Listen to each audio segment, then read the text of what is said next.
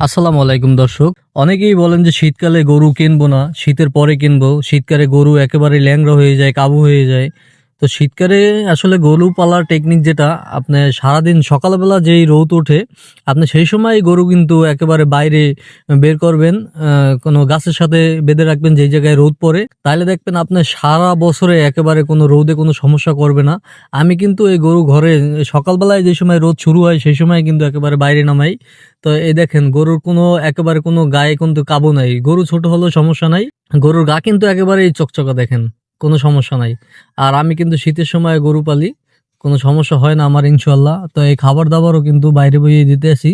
তো ওরে একেবারে মনে করেন যে এই যে সকালবেলা নামাইছি, একেবারে ধরেন এই যে বিকালের যেই সময় দুপুরের পর যে রোদটা একবারে নরমাল হয়ে যাবে সেই সময় কিন্তু ওরে একেবারেই বাইরে ঘরের ভিতরে উঠাবো। তো এভাবে কিন্তু আপনারা সারা বছর কিন্তু রোদে শীতের দিনে কিন্তু গরু লালন-পালন করতে পারেন। আমার মনে হয় না আপনাদের কোনো সমস্যা হবে। আরেকটা কথা, শীতের সিজনে আপনি এই ষাঁড় গরুকে সবসময় সরিষার খোল যেটা একটু পর্যাপ্ত একটু বেশি দিবেন আগের তুলনায়। আর সরিষার খোলটা কিন্তু গরুর শরীরটা একবারে মোটামুটি একটু গরম রাখে আর ঝকঝকে চকচকে রাখে। তো আর সরিষার খোলে প্রোটিনও মাত্রা অনেক ভালো। তো শীতের সিজনে আগের তুলনার চেয়ে আপনি সরিষার খোলটা একটু বেশি দেবেন। তো গরু ইনশাল্লাহ ভালো থাকবে আপনার।